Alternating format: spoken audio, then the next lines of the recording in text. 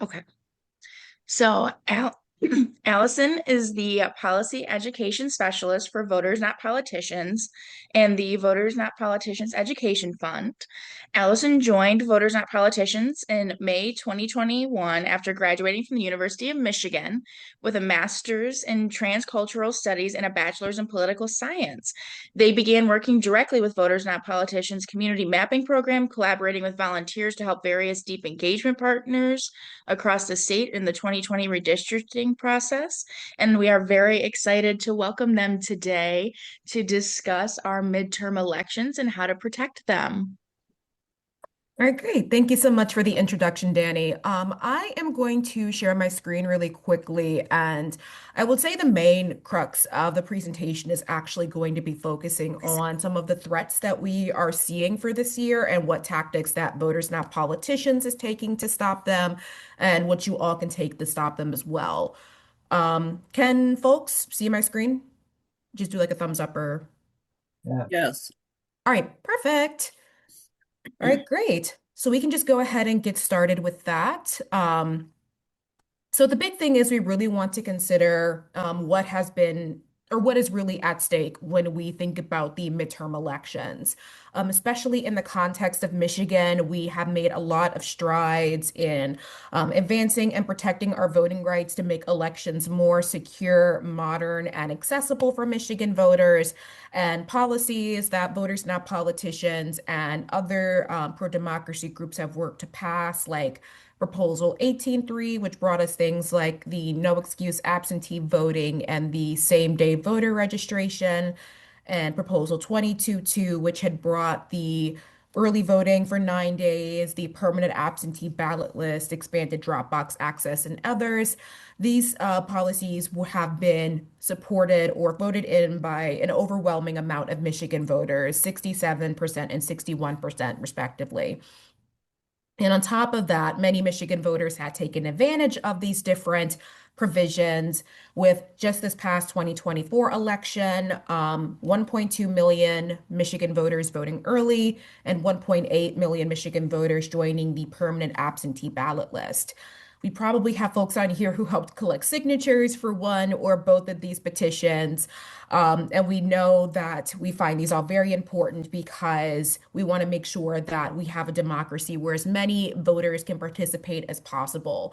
And these are the result of the labor that we have put forth to basically get this passed. However, we are seeing a lot of threats on the horizon, both at the federal level and the state level. We're having anti-voter lawmakers and national special interest groups that are trying to introduce different bills and ballot initiatives that restrict the ability of eligible American citizens to vote. These would introduce a lot of oppressive new identification requirements, which I'm going to get into in a second.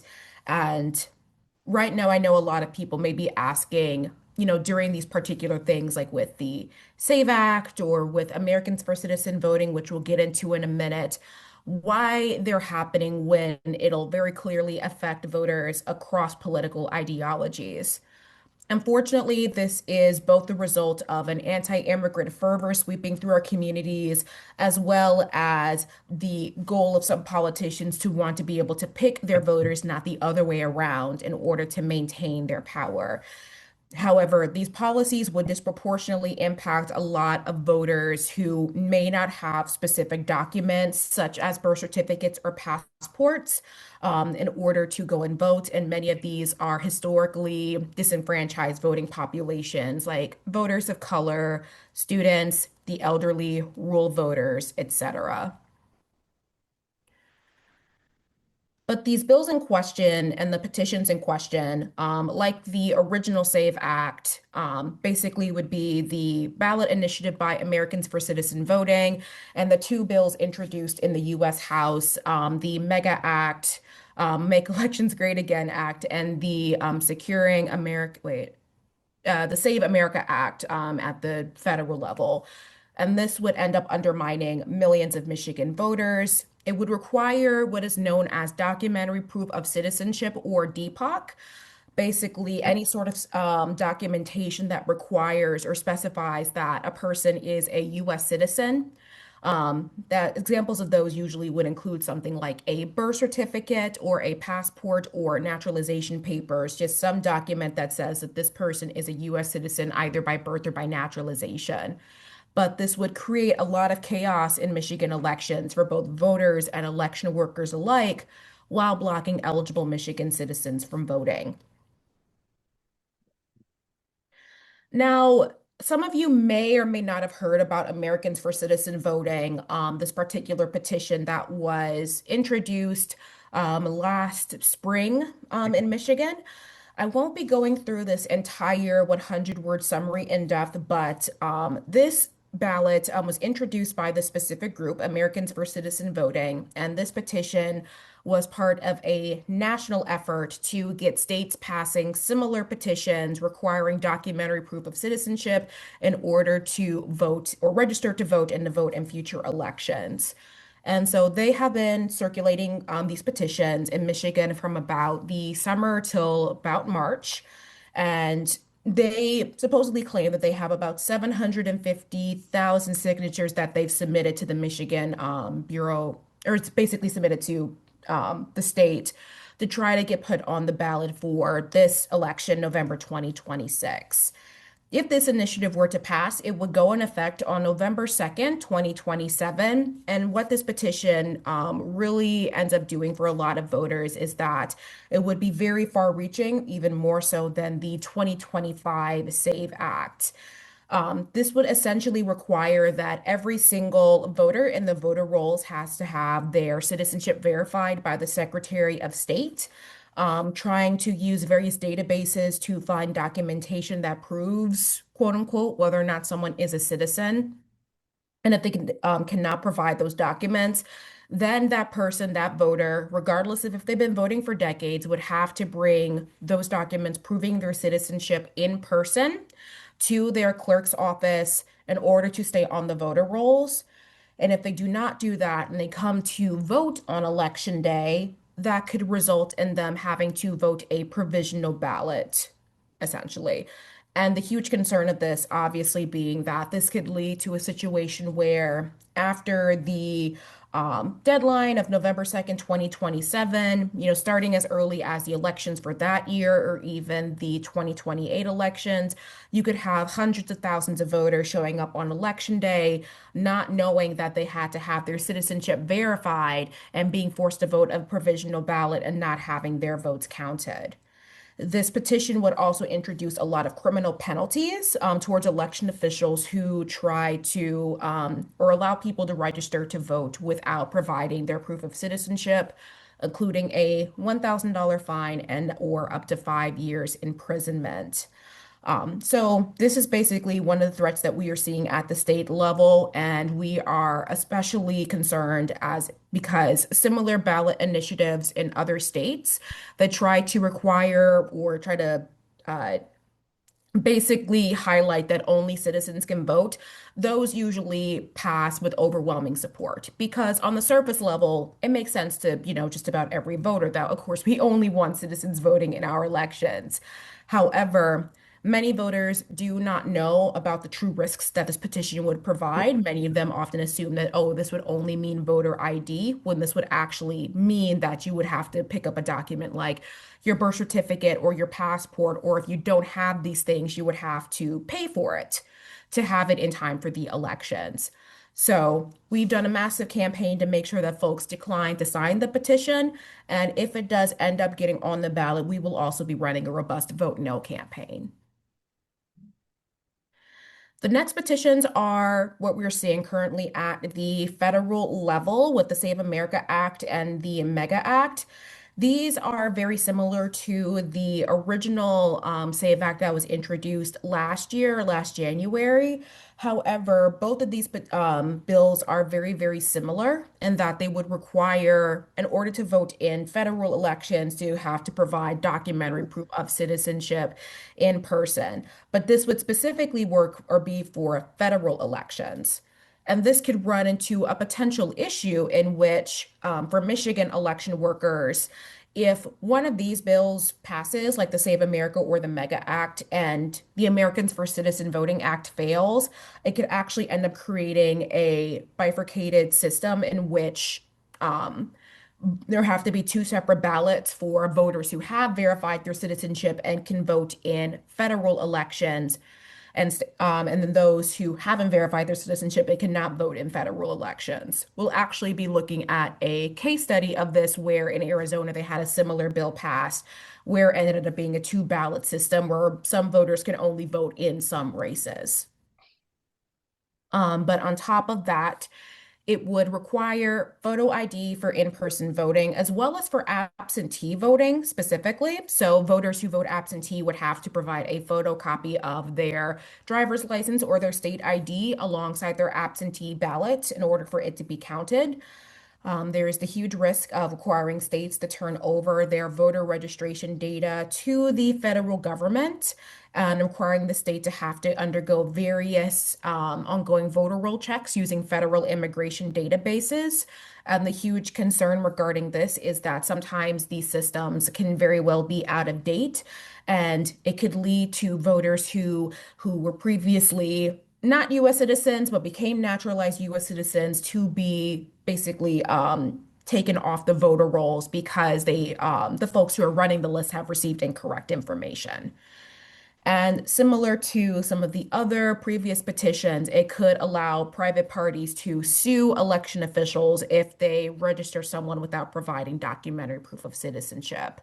So this could lead to more election workers having, dealing with legal or other penalties for trying to register voters.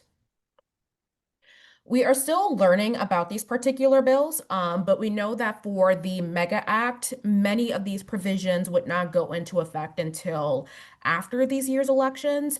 However, for the Save America Act, what is really concerning is that what if this bill gets passed and voted in by the president, this would go in effect basically immediately, affecting this year's midterm elections, creating a lot of chaos for election workers, trying to procure the additional funding for verifying citizenship, putting these different requirements in place, possibly having to create two separate types of ballots, and creating a lot of confusion and disenfranchisement for voters as well, which is the huge concern. So unfortunately, these attacks on our voting rights have started as early as January of 2025 at both at the federal and state level. And we have been monitoring not only things like the MEGA Act and the Save America Act and Americans for Citizen Voting, but also other instances happening at the state level, including Trump's executive order last March. We had a similar proof of citizenship resolution that they tried to pass in Michigan, known as House Joint Resolution B, basically very similar to the SAVE Act. However, that did not receive enough votes to pass. And then there was also another similar petition by the group, the Committee to Protect Voters' Rights, basically the same thing as House Joint Resolution B, that tried to collect signatures to be put on the ballot for this year. Although that bill or that petition, Committee to Protect Voters' Rights, did get approval, they have been essentially dormant, and we've only seen things from Americans for Citizen Voting. Since then, we have seen a lot of updates as we continue throughout 2025. So even though there were plenty of these attacks on our voting rights, we have seen some efforts to fight back against them, including with Trump's executive order, similar to the ones requiring documentary proof of citizenship being partially blocked by the U.S. District Court, specifically around that proof of citizenship requirement. We see that House resolution failing to pass the Michigan State House because it had to require a two-thirds vote. Um, yes, in both the Michigan House and Michigan Senate to be put on the ballot, and it failed to meet that threshold. Um, and however, we do see Americans for Citizen Voting, as mentioned, getting that approval to start collecting signatures as of last summer. But to recap, essentially, because we received a lot of information, The remaining threats include at the state level the Americans for Citizen Voting petition as they are getting their signatures verified to determine whether or not they will be on the ballot for this November's election, which is being pushed by, again, national special interest groups. And then also at the federal level, threats to our elections by both the MEGA Act and the Save America Act, as we see, of course, with this one as well. These are the updates as we are hearing them as of January of this year. Unfortunately, the U.S. House did pass the Save America Act, so it is currently in the Senate. And we are currently monitoring that as well. But it looks as though there is some fighting between the parties to determine whether or not they can pass the threshold to get it passed in the Senate or pass the threshold to avoid the filibuster. So that is still up in the air in the moment for the Save America Act, and we have not heard any updates from the Mega Act at this moment. So, why are these petitions and bills harmful? We do want to emphasize, regardless of what we may be hearing in the news about these bills or these petitions, is that this is not a concern regarding voter ID, and this is not a concern regarding whether or not non-citizens can vote. We already have laws at the federal and the state level that only citizens can vote in our elections, so that is not going to change. And we already have strong voter ID laws in place here in Michigan. But this petition and these bills are not voter ID laws. What would change if this initiative or if either of these bills pass is that our elections will be bogged down in a lot of red tape. Voters and election officials will be hamstrung by these costly and unfeasible requirements. And these changes could happen as early as this year before the midterm elections, preventing millions of Americans from participating in the midterms. What's really happening is that these politicians and these national special interest groups are really trying to pick which voters are allowed to vote, ultimately to avoid accountability.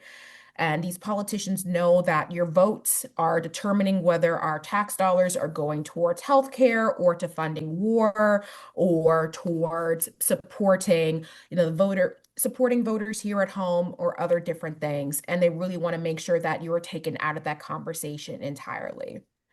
We all desire secure elections, but placing the burden to prove citizenship on individual voters will create chaos and prevent eligible voters, again, American citizens, from voting.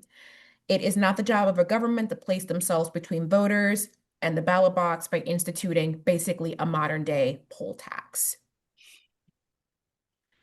The impact, if any of these things come into law, whether it is this particular petition to change the Constitution or either of the two bills at the federal level, they would put the burden on the voter to have to prove their citizenship instead of keeping that responsibility with the government. And again, this would end up affecting voters as early as this year before the midterm elections. And it will also place a lot of additional hurdles for election workers, more work and harsh penalties if they do happen to make a mistake, ending up making our election process less efficient and more expensive, as we'll have to spend more time verifying documentation, maintaining voter rolls, and explaining the process to rightfully angry voters. These restrictive requirements could actually block over 700,000 Michigan citizens from voting. That's enough votes to change the results of every presidential election in Michigan going back to 1964. And this would have a huge impact on already historically disenfranchised voting populations who have difficulty obtaining documentary proof of citizenship, including seniors, military service members, college students, adoptees, tribal citizens, low-income earners, folks in rural communities, women, especially married women, and Black and Brown voters. For example, these documents which are being required to verify your citizenship are not always easily attainable. You might be thinking to yourself, oh, I already have my birth certificate or I have my passport, I'm all set. But millions of Americans, millions of Michigan voters, and millions of eligible voters do not have access to these things, and they would likely be disenfranchised if this petition or if any of these bills pass. And any law that threatens the rights of one citizen threatens the rights of all of us. And as we can see, even at looking at the state level, more than 21 million or 21 million, excuse me, US citizens of voting age don't have documentary proof of citizenship readily available. Looking at the state side, a li just a little less than 40% of Michigan residents have a passport. Nearly 2 million Michiganders either do not or aren't sure if they have ready access to their birth certificate. And this would have additional impacts on African American voters who are more than twice as likely as white voters to not have ready access to their birth certificate. And on top of that, both of these, whether the initiative or the bills at the federal level, would require absentee voters to have to provide sensitive personal information alongside their absentee ballots. So in this case, with both the Save America Act and the MEGA Act, it would have to require that voters have to include a photocopy of their ID in order for their petition, or excuse me, their ballot to be counted. Or if they don't have that, they would have to provide additional info like the last four digits of their social security number, for example.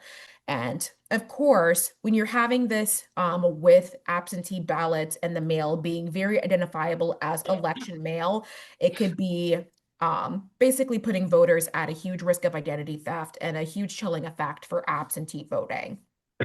Looking at Michigan in particular, roughly 40% of ballots cast in the 2022 and 2024 elections were absentee. Over 2.2 million Michiganders have voted absentee during the November 2024 election, and nearly 1.9 million signed up for the permanent absentee ballot list.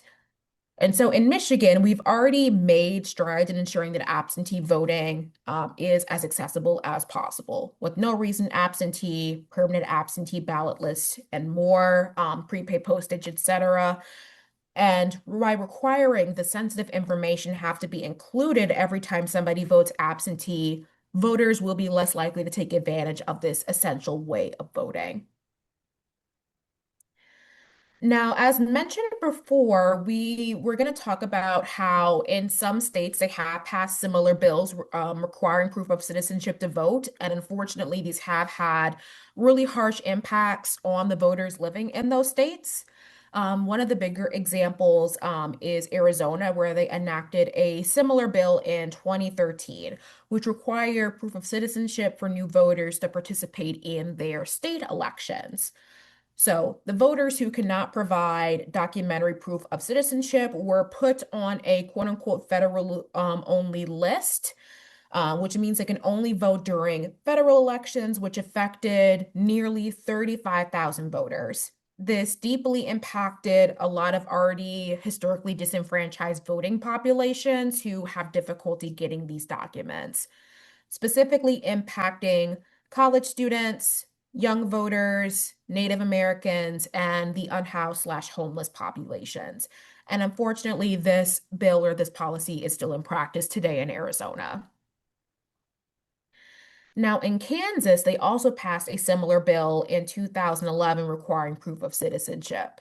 And this led to about 31,000 voters, or 12% of new registrants, having their registration blocked when they would be otherwise eligible to vote. So, similar numbers as we've seen in Arizona.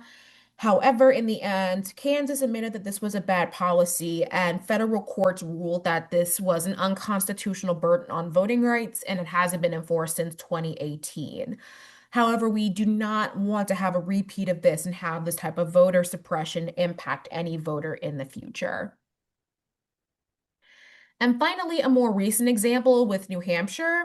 They actually passed a proof of citizenship bill in November of 2024, and it was already starting to cause problems for their local elections in 2025. So previously in New Hampshire, voters who did not bring proof of citizenship documents could have easily signed just an affidavit to vote that way, similar to how in Michigan, if someone was to forget their IDs when they're going to vote, they would sign an affidavit proving their identity. However, now voters would have to bring proof of citizenship to the polls, leading to voters being turned away during that year's local primaries. And also keeping in mind for many of the primary elections, especially for local elections, these are your super voters, the voters who are voting every single election, not just every 2 years or every 4 years. And if you're seeing those voters also being turned away at the polls and possibly deciding that I'm just not going to come back, you can only imagine the impact of this happening for elections happening in 2026, in 2028, for example. So we've seen a lot, and unfortunately, we are still trying to monitor these, and there's still a lot at stake when we're trying to basically fight against this. But we do have a couple of next steps for how you all could help in fighting back against these. The first is just learning more with us. So right now, especially at the federal level, and of course, like with these petitions, we are still hearing updates about how these bills are progressing and whether or not this petition is going to end up getting on the ballot for November. So, with Voters Not Politicians, we're actually going to be providing monthly updates about these efforts that are trying to enforce documentary proof of citizenship. And we're going to provide insight on how you all can fight back, whether that is contacting your legislators, helping spread the word, and more. And our first meeting for this will be on Tuesday, April 7th at 6 p.m. I'm more than happy to put the link to sign up for that in the chat. So if you want to learn more about how you can fight back against this, please feel free to sign up.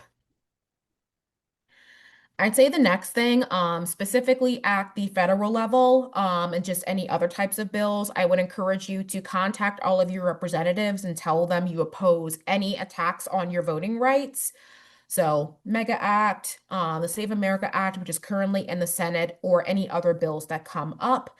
And specifically, tell them that you also oppose any changes to election law happening during the midterm elections, when it would have a tremendous impact on election results and voters being able to turn out. Next, another tactic that we frequently do hear voters, not politicians, is letters to the editor, basically writing as a form of activism. We do our own guides/workshops on how you can send your own op-ed or letter to the editor, to your local newspapers, telling the truth about these petitions. And I'm happy to include that guide in the chat as well. So if you frequently write to your local newspaper, we can give you that insight on how to make your own letter alerting voters about the petition or any of these bills.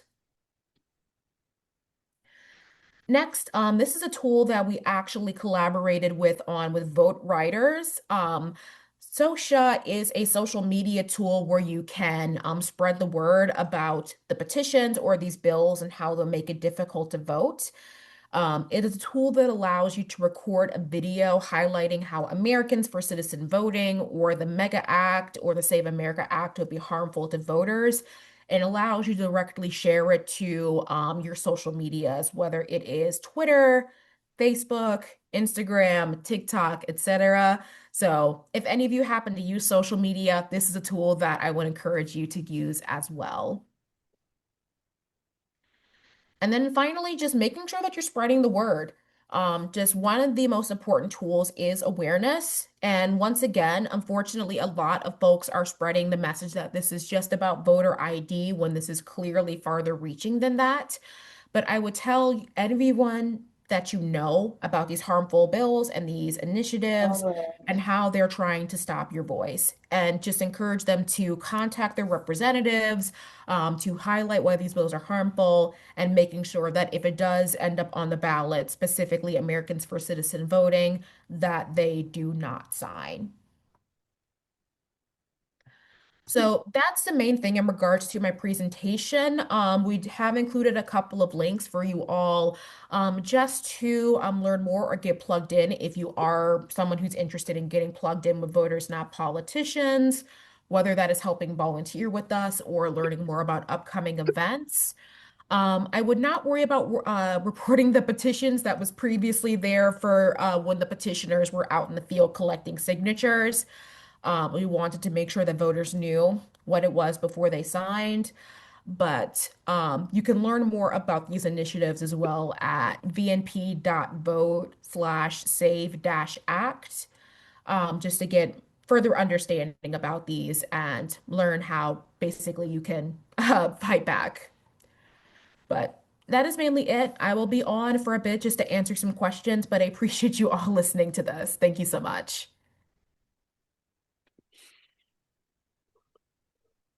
Thank you so much, Allison. So if there are any questions, please go ahead and use the raise hand function so that Allison can call on you and start answering some of those questions.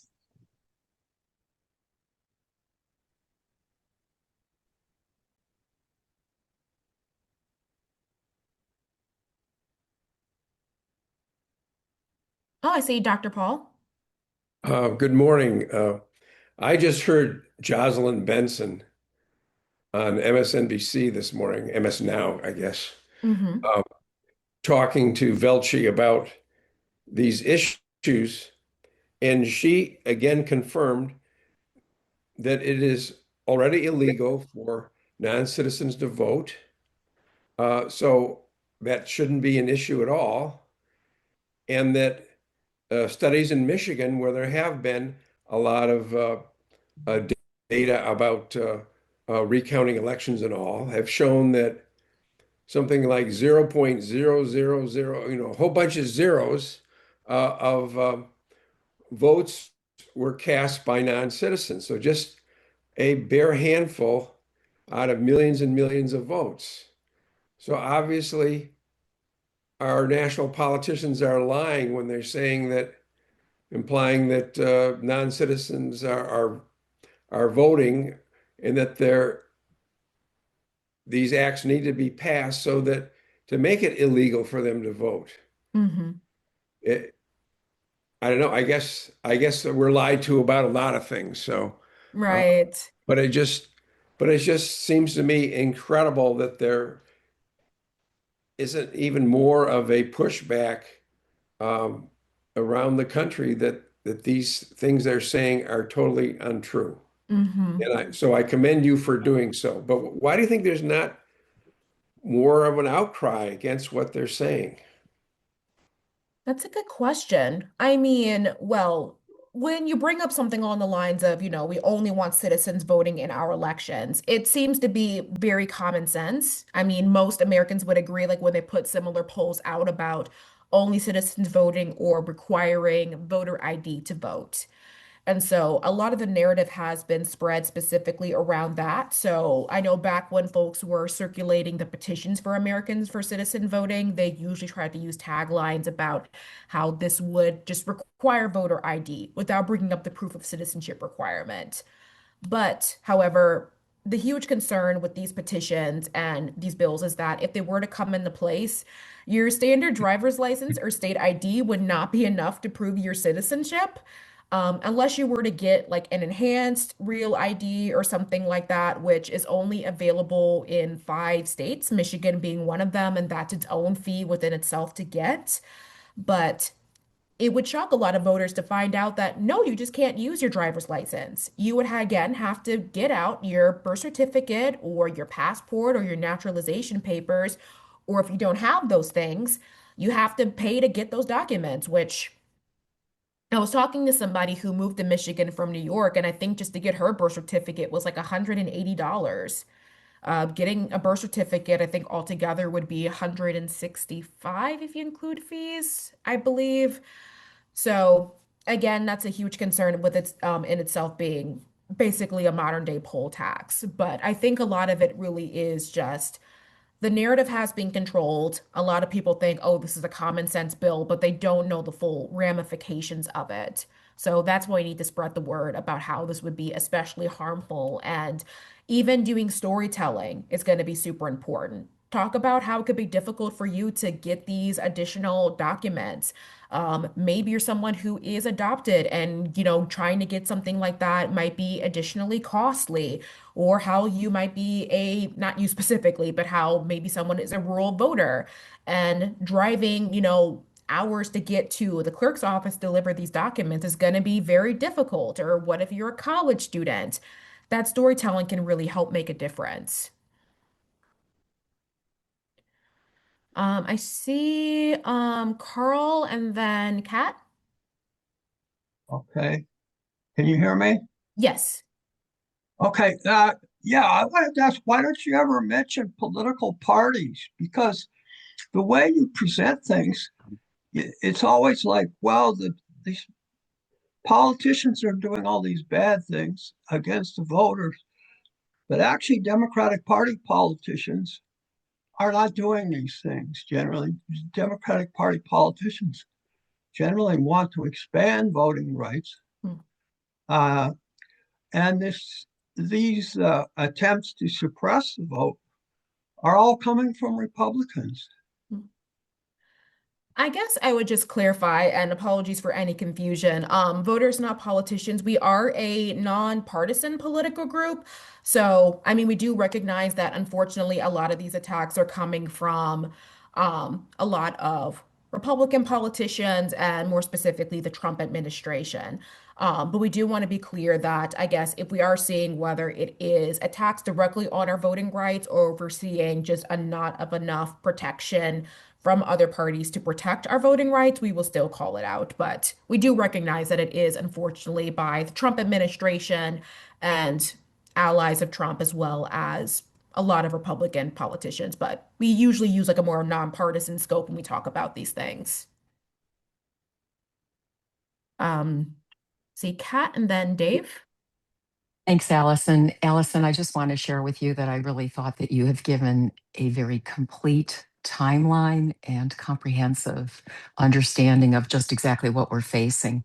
I do have a specific question, however, and this would be related to elders who Hmm. are homebound, as well as elders who may be living in an assisted care facility. Hmm. These people, we have voted, and we have voted in large numbers for decades. And many of us may not have the means with which to be able to get to a Secretary of State. Well, first of all, to be able to find the documentation if we've Right. changed our names over the years Hmm. or have had other issues.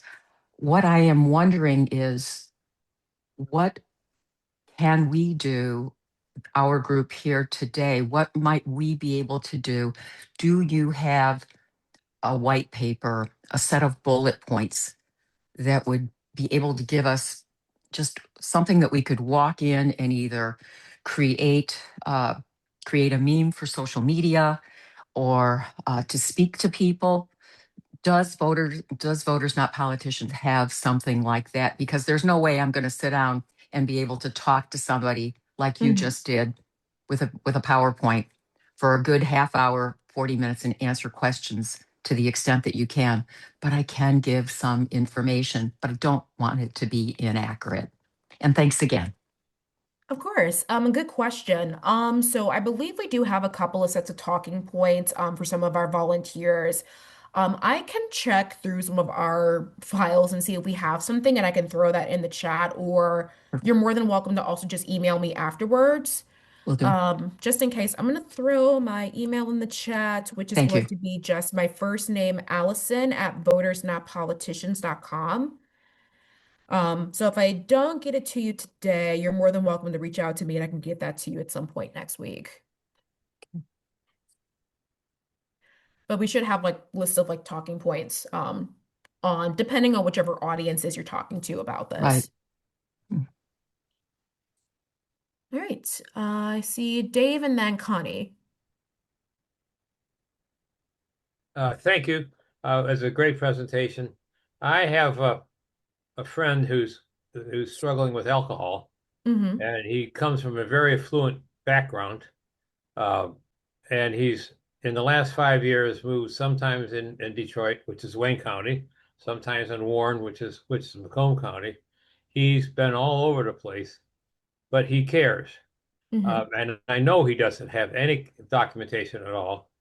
And as it happens with problems with alcohol, he's definitely alienated from his family. Uh, there's got to be a lot of people like that. We know let's talk about people of color, but anybody that's struggling with alcohol or drug abuse, they're messed up. And it's I got to tell you that I think there's a lot more people disenfranchised than we realize.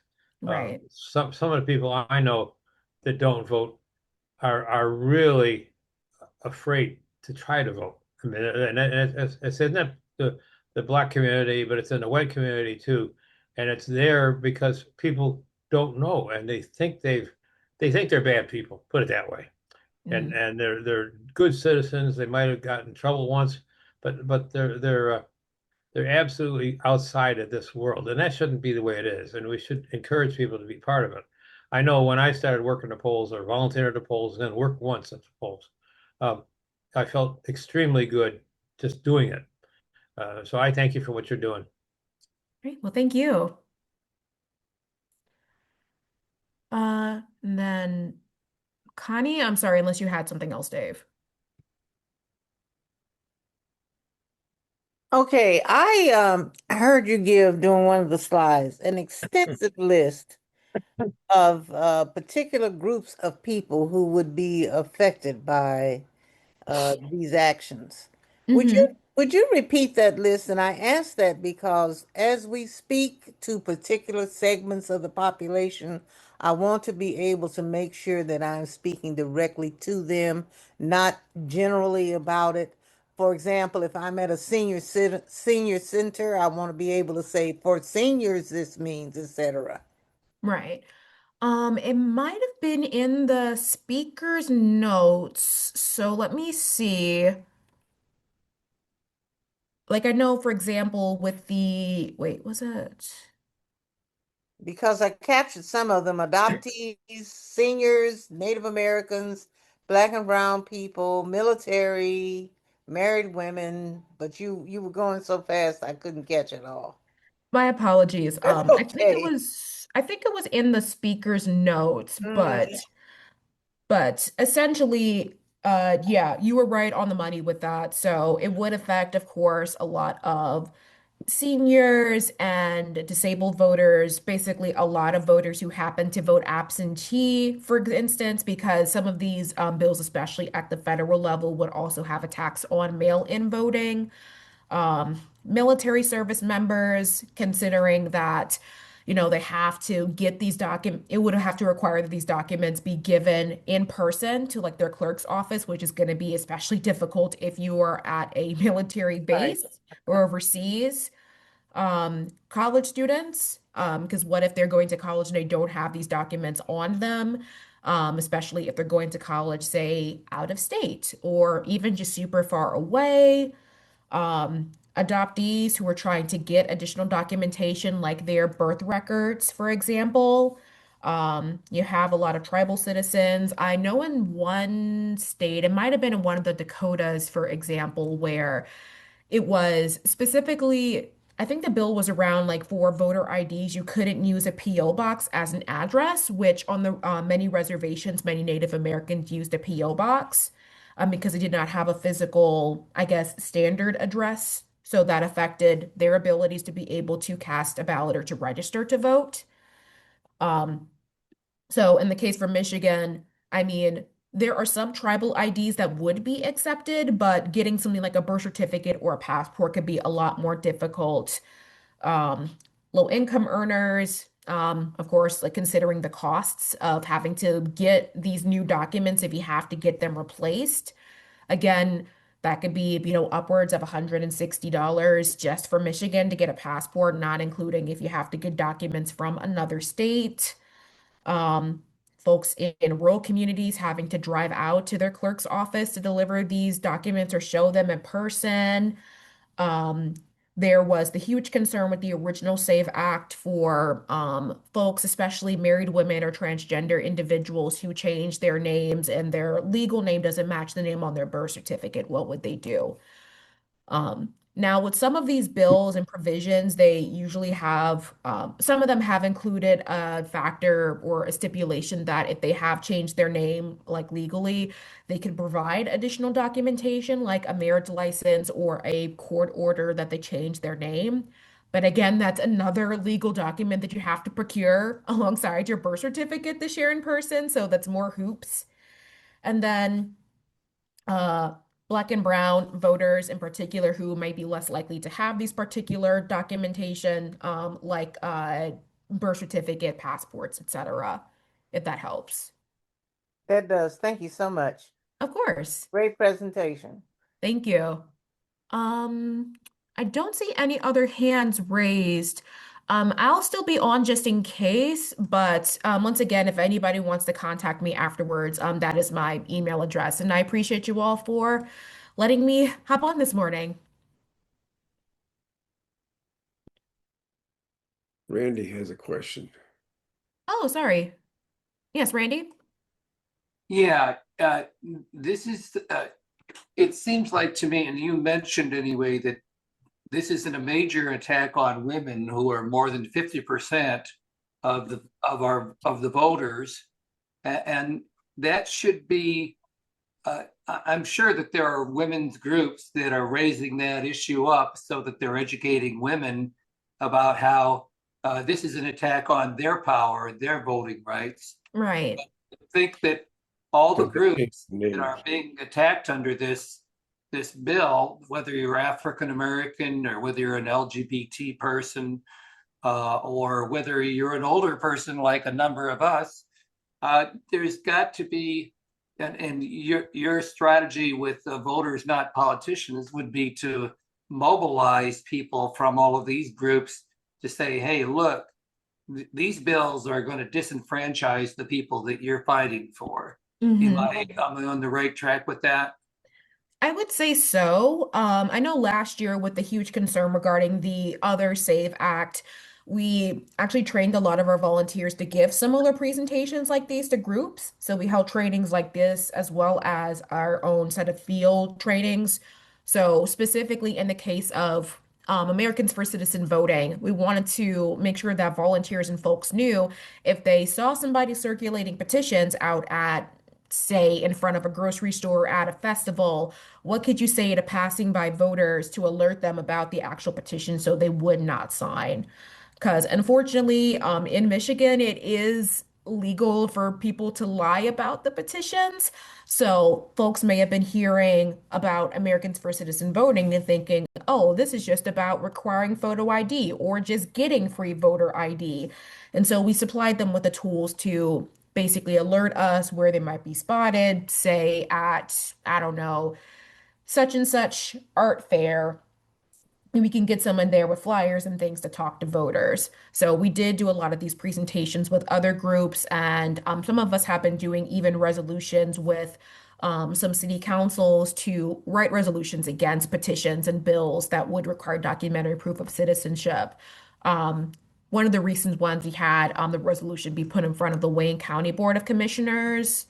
No, wait, it was County Commissioners, sorry. The Wayne County Commission, which I don't know if they signed or approved, but I'll have to double check. They But we have approved. had, I'm They sorry? approved. I was present. They approved. Oh, okay, great, great. So Yes. they're along with the city of Detroit, the Ypsilanti City Council, I think the Washtenaw County Board, and we're trying to look at a couple of other areas. Next one being Pontiac as well to help spread the word. I'm just going to toot my own horn just a little bit, but I just sent out here in the last few weeks, I'm an organizer with the Gray Panthers at the national level. Mm-hmm. And so I've got this on the agenda. The SAVE Act is on the agenda for my meeting on Monday. So I've been gearing up for what's going on Mm-hmm. at that level, but we sent out an action alert to people in the Metro Detroit area, to Gray Panthers, to let them to call their two senators, because this is a bill that could be stopped if it doesn't get, and it's going to be an uphill battle for them to get it through the Senate. So I think the more effort that we can to just call our senators to say, just say no to disenfranchising people about their voting rights, including women and including people of color, etc., would be something that makes a lot of sense to me. So if somebody would like to, doesn't have that information, I can share that actual alert with you. But we think it's should be a no-brainer for people who are progressive to fight against this stuff.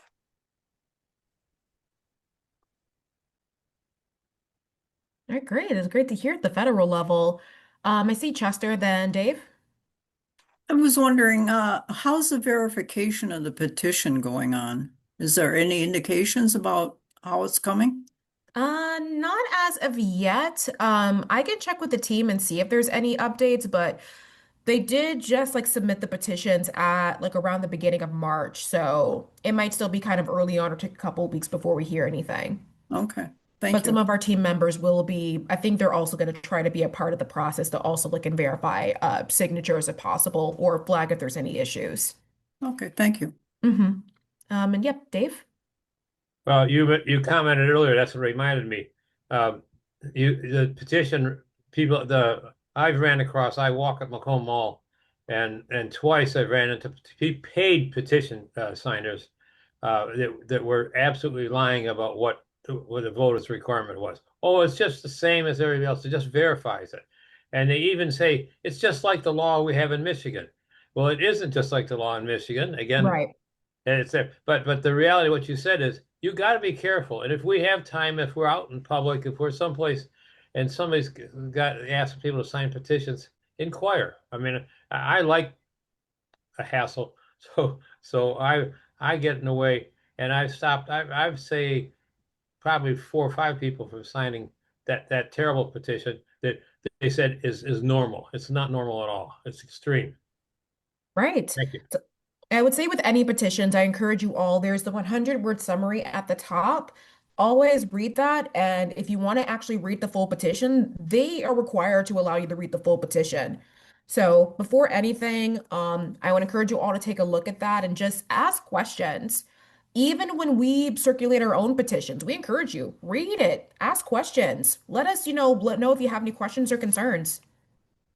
But I also just in the chat just threw in, as mentioned, we do have the updates meeting as we hear anything about documentary proof of citizenship, bill/petition. So if you want to hear about updates for Americans for Citizen Voting, Save America, etc., you can sign up for that. And then if you did want to learn how to do your own letters to the editor, we have that guide as well. And let me also put in the toolkit for the SOCIA if you did want to do something on social media. And I will look, because I know Kat was asking before that specific guide/talking point. So I will look for that.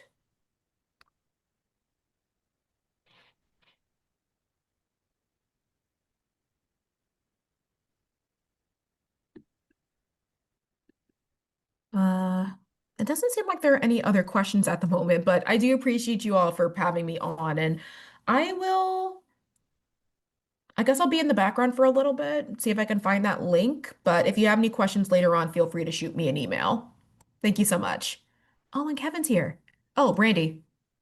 Can I just say that this bill, the SAVE Act, is actually going to hurt Republicans as well, because they're going to be making it more difficult for low-income people to be able to get proof of their citizenship.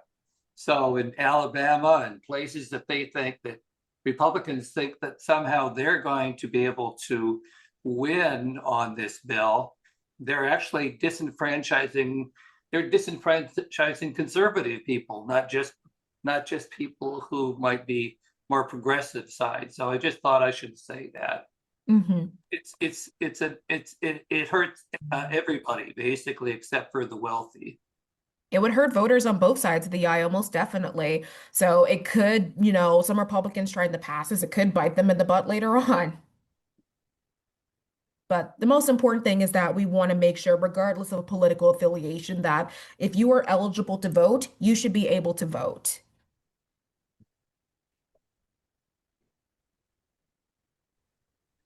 Thank you so much, Allison. If anyone else has any questions, please feel free if you want to email Allison directly or email them to myself. That would be wonderful. But I would also like to introduce our next speaker, who is Professor Kevin, and he's going to talk a little bit about one of the groups that he's been working really close with and some things for moving money out of politics in Michigan. So please go ahead and give your attention next to Kevin. Hey, if you could you guys hold for just a minute? Jeremy Moss is at my door, so hold on for just a second. That's no excuse.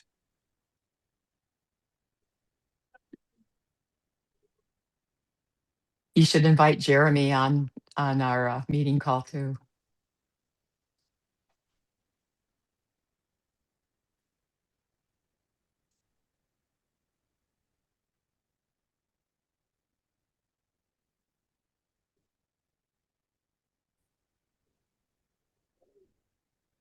I think everybody on this call knows also that Danny's going to be sending us the list, sending us out the recording of this. So everything that she said, we will have in our inbox.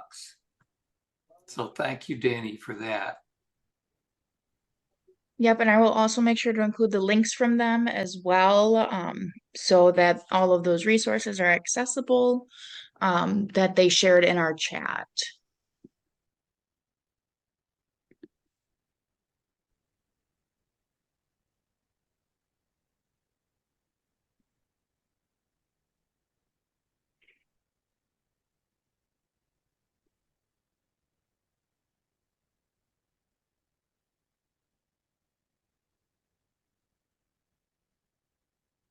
I am so sorry, but when my state senator comes to the door to get signatures, I probably should do it. So I apologize. My name is Kevin. As Danny said, Danny, thank you. First of all, two thank yous. First, Danny, thanks for sort of accommodating my incompetence and sending me a link at the last minute. I know you sent it and I can't find it. Second, thank you all for the T-shirt, which you sent. I'm proud to wear it. It's a lovely shirt. I'm proud to wear it. It is great to see you all again. I am so glad you got to hear from Alyson talking about decline to sign and where we're at with the citizenship bill. It's really it's a tragedy. I mean, it's a tragedy. What I love though is working with an organization that frankly doesn't care whether it's Republicans who are disenfranchised or Democrats who are disenfranchised, that the first goal of all of us is preserving democracy. And after that, only after that can we fight for the thing that we really care about. I mean, this is like the sine qua non. Once we can do that, then we go for our more particular interest. But this is about all of us. This is everywhere. So what I wanted to talk to you about, and I think, Alyson, did you talk at all about MMOP? I did not yet. I wanted to, yeah, make sure that was all you. So that's what they've let me on to do today. So I was doing all of the documented proof of citizenship, so it's all you. Great. So what I wanted to do is just talk to all of you without using acronyms like MMOP and so on. I wanted to just talk to you a little bit and not to abuse your time or your patience too much, having disappeared from the screen for 2 minutes. But what I wanted to do was to talk to you a little bit about how to think about money in politics, like the bigger picture stuff. So in part, I want to talk to you about something that's very specific that's on the ballot that we're trying to get signatures for to put on the ballot. But when I talked to Danny, asked her, should I take 2 minutes or 5 minutes or 15 minutes and give a little more education? She said, I think this group wants the education. So let me go for just a little bit of education. Hopefully, not too much didactic stuff on a Saturday midday. But what I'd love to be able to do is to just talk to you a little bit about money in politics in general and how that works. Now, I realize that many of you have thought about this a lot. And so for some of you, this isn't going to be very new. I also realize that for some of you, this is kind of a new issue. You know it's out there, but you're not, you haven't followed it deeply. And frankly, we shouldn't have to. We should live in a system where we don't have to pay attention to who's pouring what money into politics or what obscure rules or Supreme Court decisions actually decide how much money can go into politics. But that's sadly not the world that we live in. So what I wanted to do is just talk to you a little bit about the kind of big picture of money in politics in general. And I think all of you know that there are significant problems in the United States, but all of you know, and it's right in the first words of our Constitution. I love to start here. It's in the first words of the Michigan Constitution that all power is our power. Everything else that happens because of what we as people do. And I think we need to keep that in mind. And I think people as individuals, people who count equally, is super important. That's there. And part of the exercise that we do is to sort of think, I just want to challenge you for a minute to think of like one way that Michigan could be a better place. What would you like to see in Michigan? And then I want you to ask yourself, why isn't that thing happening? And the big question that I want to ask you is it not happening because people don't want it? Or is it not happening because politicians aren't letting it happen? Because politicians aren't taking the initiative to do it?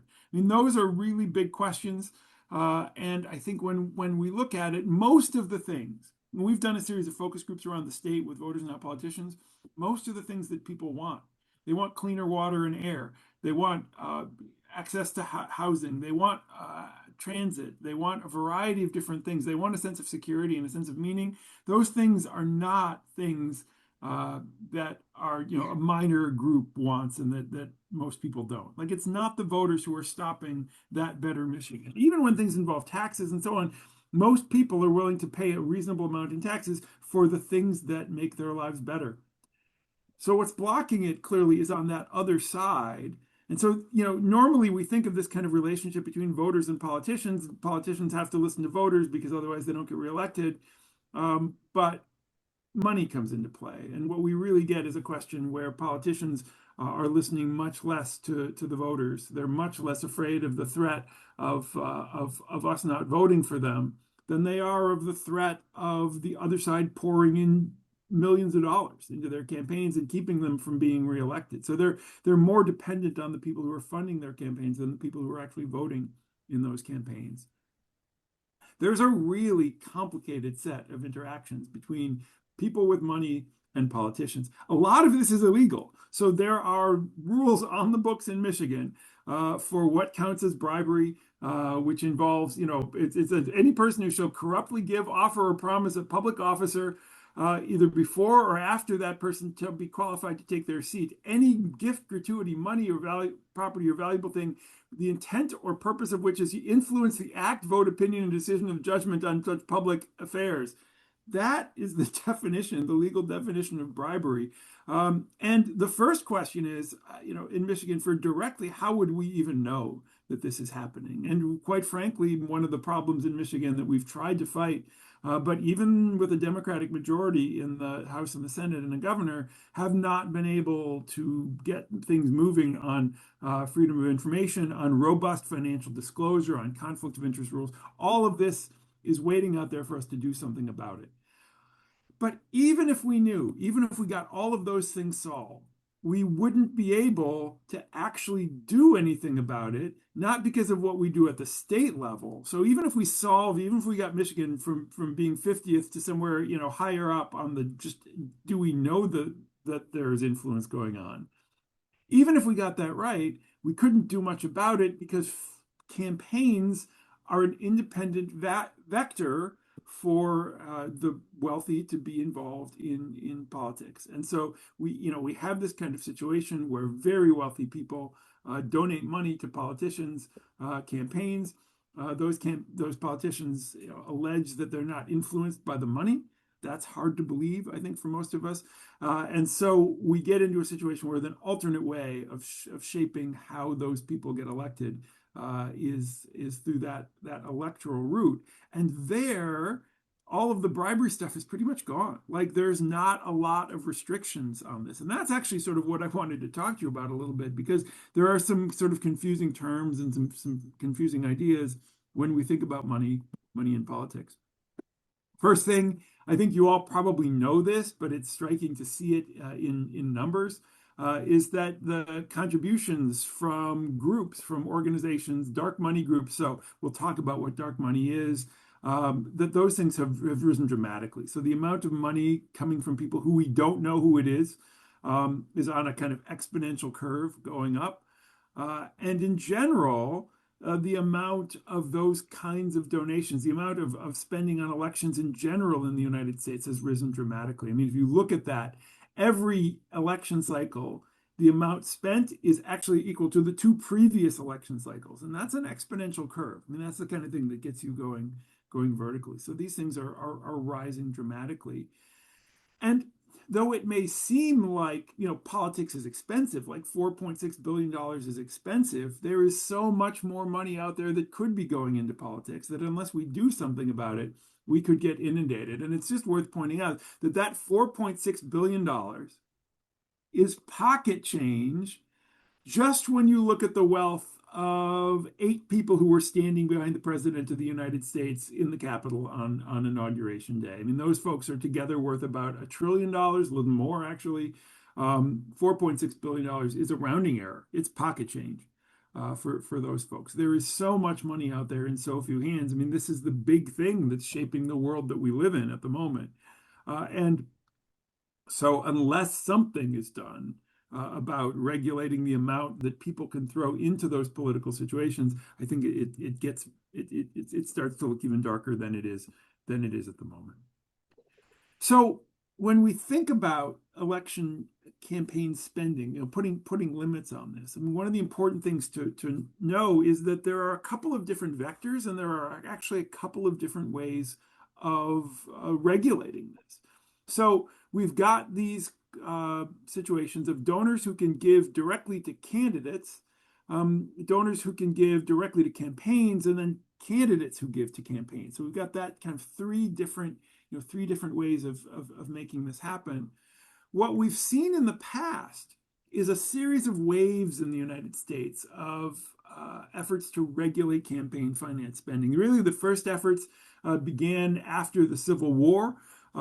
Those kind of went away. And then there was another wave during the progressive era. Teddy Roosevelt and some others were amenable to some kinds of campaign finance reform in general, about restricting giving to campaigns, restricting giving to particular candidates, and so on. Those kind of started to erode at a certain point. The emergence of political action made it possible to bypass a lot of those restrictions. And then in the 1970s, the pendulum swung back. And Congress actually voted in 2 separate acts to regulate 2 different things. So they voted to regulate the amount that candidates could receive, and then they voted to regulate the amounts that candidates could spend. And both of those are viable ways of doing this. I spend a lot of time working on European democracies, and almost every European democracy that I've dealt with has significantly smaller amounts of money in politics, even controlling for the size of the countries and so on.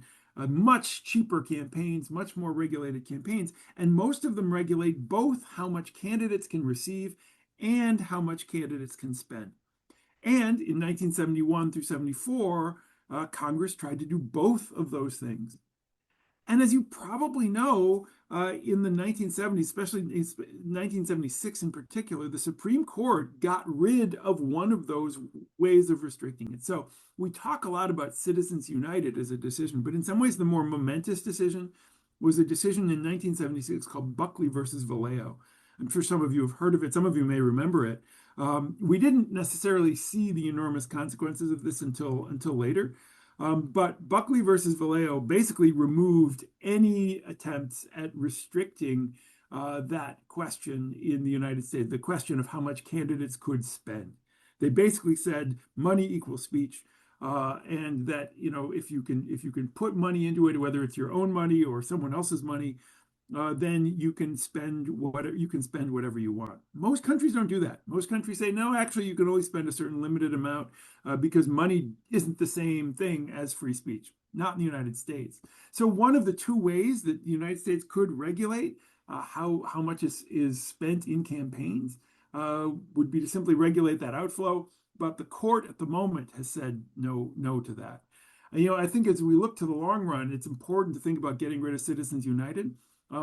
Because Citizens United actually made it even more complicated. But I think we have to start with this decision of Buckley versus Vallejo and just the core question that money equals speech, which again, no democracy that I know of other than the United States has a principle that is that open to the amount that candidates could spend. Nobody says you can spend whatever you want, and enshrines that in constitutional jurisprudence. So what happened after Buckley was, obviously, people tried to get around it. Money in politics, people sometimes compare to like water in your basement. It seeps in somehow, but you can still do stuff to keep it out. You can still seal your basement and so on. Buckley just kind of opened the Buckley opened the floodgates. And so not only did they sort of take advantage of the unlimited candidate spending, but they wanted to get rid of that part of Buckley that didn't overturn the part of the congressional legislation, the Federal Election Campaign Act, that limited the amount that individual citizens could give to those campaigns. That was kept by Buckley, but people started to circumvent it. So they started to give to parties, they started to give to other kinds of organizations with soft money donations. So hard money is money you give directly to a candidate. It's disclosed and it's also limited. There's only a certain amount that you can give. There was this shift after the Election Campaign Act in the 1970s, 80s, 90s, 2000s to money that was given to other organizations that were not limited in what they could give, either directly to a candidate or indirectly on behalf of a candidate. Most of those ads that you see when you turn on the TV any October during a campaign season are ads done on behalf of a candidate, not directly to the candidate. So the candidate is sort of kept out of the loop, at least in theory. They're supposed to be kept out of the loop. Oftentimes there's informal coordination, and that's become more and more common, especially as the Federal Election Commission has sort of moved in the Trump direction. So there is this kind of newer category of soft money that are regulated, that are disclosed and regulated, but unlimited. And that's really where a lot of the amounts have come in. In 2002, as parties started to spend tons of that soft money, Congress managed actually to regulate again. So you may remember the McCain-Feingold bill, which actually tried to limit some of those indirect expenditures, what parties did and what other organizations did, so that there wouldn't be that kind of unlimited spending outside of the candidate, the unlimited acceptance of donations. But in 2010, the decision we called Citizens United actually removed that limitation as well. So corporate bodies like unions and corporations and to some extent political parties were now regarded as organizations that could not be limited in how much they spend. So now we're in a situation where candidates are unlimited in how they spend. Individual citizens are limited in how much they can give to candidates, but individual citizens are not limited into how much they can give to organizations that can donate on behalf of candidates. And other organizations like unions and parties are able to give to organizations on behalf of candidates in almost unlimited ways. So the first part of what went wrong was Buckley, and then the second part is Citizens United. And we can say, Buckley said money equals speech, and then Citizens United said that corporations get to be the kind of people who can actually speak. And I think this is important because just getting rid of Citizens United solves some problems, but we're now in a world where, 8 people standing behind the president of the United States themselves have 200 times the amount spent in the last federal election. And so it's not just about limiting corporations giving money, but it's also about figuring out how do we limit individuals giving money on behalf of particular candidates and so on. So this is the world that we found ourselves in, where individuals can give infinite amounts on behalf of a candidate, corporations and unions and other organizations, parties as well, may be able to do this. And these super PACs that sort of aggregate money from sources that are undisclosed, that all of these organizations can spend extremely large amounts of money on behalf of particular candidates. And it's why we've seen that rise. A lot of the rise, too, is not just from people giving money on behalf of candidates, but from them giving money to organizations and those organizations giving money to candidates without having to disclose where their money came from.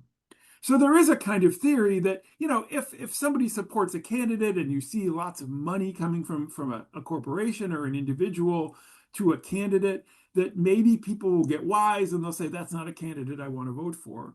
But we're now in a situation where not only are those things largely unlimited, but they're also hidden. So now we're in a space of not just soft money, but soft and dark money, where people, through a variety of intermediaries, through nonprofits and other organizations, 501c3 and C4 organizations, can be giving money to shell corporations, can be giving money to groups, and you'll often see with those ads, paid for by Citizens for the American Dream, or whatever the organization is. And so not only are the amounts largely unlimited, but the sources are really obscure. That's the world that we live in, and it's a really pretty scary world, especially because so many corporations are so big and because so many individuals are so mind-bogglingly wealthy. The level of wealth in the United States has increased dramatically. The Gini coefficient of inequality has expanded beyond what any of us ever expected. The United States now is where Brazil was about 50 or 60 years ago, sort of near the top of the scale of the world at that time. This is a big problem. How do we fix it? Clearly, some of the problem is at the Supreme Court level of the Supreme Court of the United States. The Supreme Court has decided as a constitutional decision that money equals speech. They've decided that corporations are able to speak in the same way that individuals are able to speak. None of those things are essential. So something needs to be done at the federal level. Something needs to persuade the Supreme Court to move this, or the Supreme Court composition needs to be changed. But in a variety of ways, something needs to happen. There are some alternatives that people are looking at regulation of corporations, not in terms of their speech, but as questions of corporate governance, thinking about questions of corporations as foreign-owned entities, because most American corporations have a significant share of foreign ownership. All of these, however, are workarounds for a court decision that basically opened the floodgates to unlimited amounts of money. So there are lots of problems with this, and I don't come to you with a lot of hope that those things are going to happen. But it doesn't mean that we do nothing, because there are ways of doing things, especially at the state level, that can actually take care of at least some of these questions. Not all of them, not even most of them. The Buckley versus Vallejo and Citizens United decisions really blew a giant hole in our ability to regulate. But we can patch up that hole as much as possible, and we can try and throw some shields over it and to limit it in some ways. And there are a couple of different ways that we can do this. One of these is to ban spending. One of these is to increase disclosure, and another one is to figure out new ways to promote spending by other people. And a lot of these are allowed at the federal level, at the state level, so we can do things at the state level around these. Some of these we can actually bring the states up to federal levels on some of this, and Michigan lags behind in a couple of specific ways. And there are some bigger ways that we can do this. We can do this as well. And let me just run through a couple. The first of these are actually the things that are on our the Michiganders for Money Out of Politics petition. And I don't know how many of you have signed that petition. If you haven't signed that petition, would you just drop your name in the chat, and I'll try and figure out a way to get somebody to talk to you. But the first thing that we can actually do is we can ban political spending by a whole variety of organizations. Now, Citizens United says that money equals, well, Buckley versus Vallejo says that money equals speech. Citizens United said that corporations get to be speakers. But we all know that not all speech is allowed in the United States. And particularly, there are certain kinds of speech that are not allowed to people in particular circumstances. The obvious old example is whether you can shout fire in a crowded theater, but there are also ways of spending money that can be regulated, and these are the things that we've tried to build into the MMOP, Michiganders for Money Out of Politics petition. So the first thing is that you are not allowed to spend unlimited amounts of money if you are actually a contractor of the state or if you are seeking a contract with the state. The Supreme Court has carved out spaces for organizations which are currently involved, because there might be a quid pro quo between what they're seeking and what they're spending. The court has, for the moment at least, allowed these to be regulated. And Connecticut, for example, has a really robust set of legislation that forbids organizations from giving money if they're seeking contracts or if they have contracts above a certain amount. And so those, at least so far, have passed constitutional muster, and those are the ones that we would really encourage you to think about with MMOP, and those are the ones that we've built into this legislation. So banning those contractors seems to be constitutional, and banning those contractors is something that is in our petition. The second thing that we can do, actually, Connecticut, you can see, has an example there. The next thing we can actually do is ban spending by state regulated utilities. So this is DTE, this is consumers, this is a whole variety of other organizations. As many of you may know, they are some of the most active lobbyists in Lansing. They give huge amounts of money to lawmakers, and everyone I talk to on Lansing says if DTE doesn't want something to happen, it doesn't happen. But these are state regulated utilities. In fact, some of the first regulations on campaign finance in the United States in the 1930s were to regulate, actually in the 20s, were to regulate state-owned utilities or state-regulated monopolies. So this too seems to pass constitutional muster, and it's a way of at least cutting out some of the things that seems to be unlimited at the moment, and to do so in a way that will not run afoul of the court's decisions on Buckley and on Citizens United. So these are the two big elements of the Mop Up Michigan proposal that we're seeking everybody's signature on. I suspect many of you have signed it, but if you haven't, let me know. The other thing that's going on with the MMOP petition is to work on disclosure. And here I just want to talk about a couple of minor technical terms. But Michigan is actually a state that spends a ton on its state legislature races. And part of that spending goes through certain kinds of spending. So at the moment, spending that is done directly on behalf of a candidate, spending that says vote for or elect or support and so on, this is called express advocacy. This is actually limited because it's limited by federal law and by state law. And it's disclosed. You have to say where the money is coming from and how much. If you don't use those words, if you just say don't regulate or do regulate, or you say somebody's great or somebody's not great, if you don't use those magic 8 words, then at least in theory in the state of Michigan, those are not only unlimited, but those are undisclosed. Like you don't have to say anything about them. You don't have to say that you've done them. Now, this isn't true at the federal level. So in the federal level, we've got something called electioneering communication. And if you run an ad like this, something that mentions a candidate by name, something that's close to the election, something that's widely broadcast, at the federal level, you have to, if you do that within 30 days of a primary or 60 days before an election, you at least have to say that you've done it. You have to say that you've done it, how much you've given, and so on.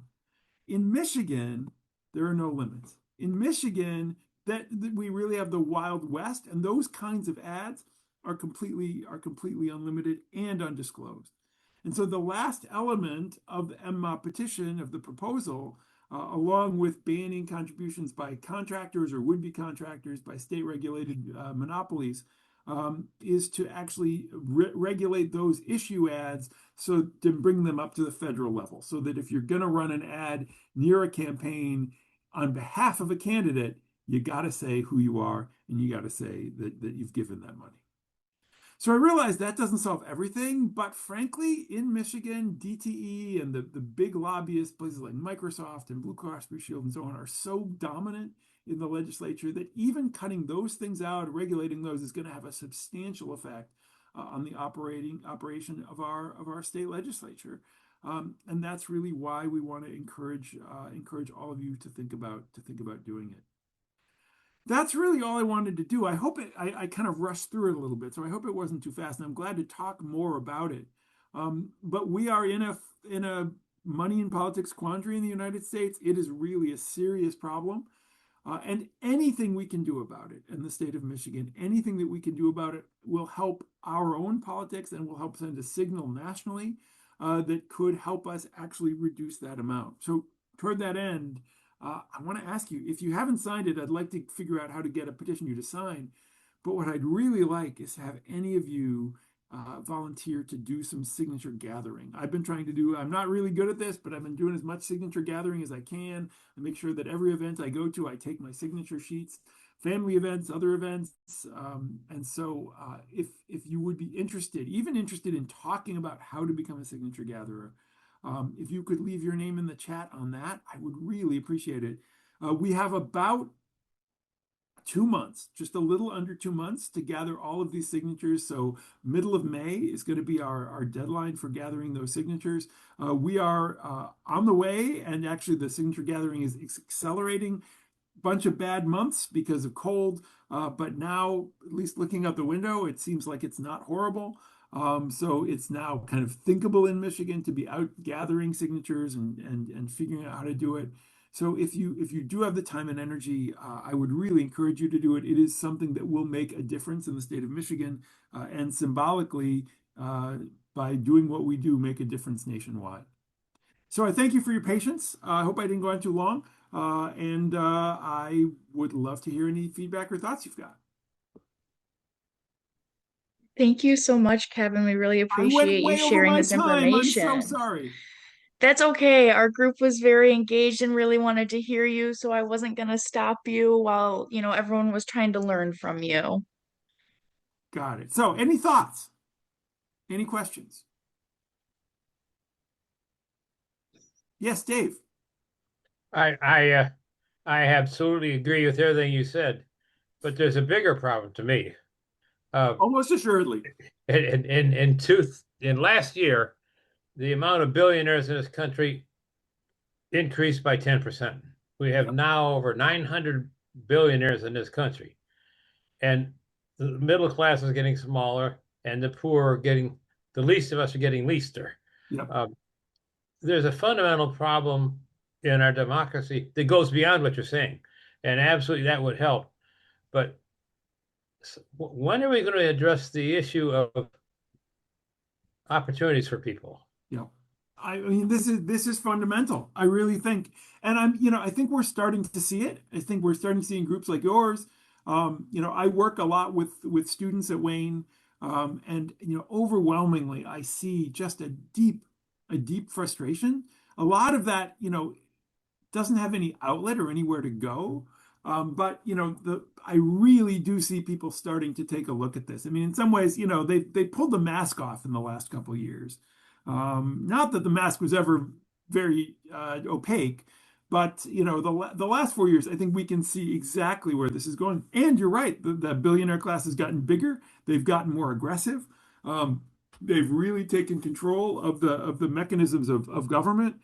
So part of it is what we do, what you do, what I do is building that awareness, right? Building the awareness of the shifts in our economy. You don't even have to be, like a pure advocate. You don't have to, disguise anything or cover anything. Just looking at the raw numbers of billionaires, at the raw amount of income and wealth that have shifted from the middle and the bottom to the top is extraordinary. And I think making people aware of that, making people aware, second, of how that shift in wealth isn't just a neutral thing about how much money you have, but it is about how much money you can put into controlling a system designed to keep you getting that wealth. And I think that's the other thing that we're seeing. I mean, that's why we're fighting this. At a certain level, I mean, would we like to do more? Absolutely. But what we can do, and I know all of you are masters of the possible, what we can do is to figure out what institutions are in our hands. If we've got a legislature that won't regulate itself, Michigan's constitution gives us as Michiganders the right to actually put something on a ballot to take it directly to citizens. And so that is the kind of stuff that we can do. Can't do that at the federal level, but we can do it at the state level. So our job has been to figure out what can we do at the state level that would actually make a difference in this and maybe get the ball rolling. So if we can limit this, I think we can go further. But you're right. And honestly, I am flummoxed about what to do at that macro level. I mean, I think this has to be a groundswell from the bottom. It has to be an enormous groundswell from the bottom. It's not just it can't be just 50% or 50% plus one. Like, we need most of the people in the United States to say this is wrong, so that the court listens. The court does vaguely pay attention to public opinion, not a lot, not nearly enough, but they do pay attention to sort of what people want. Supreme Court is nominated by people in the presidency and approved by the Senate. If you can change the presidency and the Senate, then you can hope that some Supreme Court's positions open. Maybe there are other ways to do it. Ultimately, maybe this needs a constitutional amendment. Those are super hard to do. I think most of you know America has the hardest to change constitution in the world. The founders didn't really trust one another, and so they locked us in a box with handcuffs on. We only get around that with Supreme Court decisions. But if that box is locked as well, things seem to get untenable. So I hate to not be a source of hope, but I think we got to look at what we're up against. And the fact that you and I are sitting here trying to get a campaign finance proposal passed at the state level because we don't have the slightest idea what to do at the federal level, it shows how limited we are. But none of us can sit around and do nothing, right? So we got to figure out what can we do. Hopefully we can use that to build awareness. We can use that to get other states on the same thing. If Michigan did it, so can Missouri. If Michigan did it, so can other places. And then we go for broader systemic change that probably starts with the presidency and Congress, and maybe ultimately leads to the court. That's a long path to something that's changing, but the more they take the mask off and the more they reveal, I think the easier our job gets in persuading people that this is fundamentally problematic. It's verging on destruction of democracy in a variety of different ways. Even if we get rid of the kind of autocratic stuff that Trump is doing, we're still going to face this wealth concentration, which is in some ways it's a less sort of overtly aggressive threat, but it's also a more subtle one that it's harder to get people to understand, and that becomes our job. So sorry, Dave, that was a super long answer to your question, but I really feel like this is where we go. I think Chester had a question. Where can we get our hands on the petition forms? I'm going to the March 28th. Fantastic. So if you don't mind putting your information in the chat, I will get someone in contact with you to get you petitions. Oh, thank you. Anybody else? If anybody else would like to volunteer, I appreciate that offer. If anyone else would like to volunteer, I'd really actually go beyond that. Bad at asking for things, but I'd like to ask you to volunteer. If you're going to No Kings, if you're going to be out at any kind of event, we can get you petitions. 20, 50 signatures is going to help. Like, that's what we got to be doing. I think I'm on 38 or 39 signatures, which is kind of paltry. I need to get more. But you don't have to be one of these 1,000 signature gatherers. All the signatures we can get are going to help this. And so, yeah, if you'd be willing to let me get in contact with you and get you those things, I would really, really appreciate it. Well, thank you so much, Kevin. And if anyone needs Kevin's email, please let I'll myself put it in the chat. know. Yeah, or check out the chat. That way anyone can reach out if they want to volunteer or want to get more involved. So we want to really thank you, Kevin, for coming. And I think that kind of wraps up our general meeting. So we will be heading into our board meeting. People are able to stick around. You just aren't able to vote with us. Thank you all so much. Have a great day.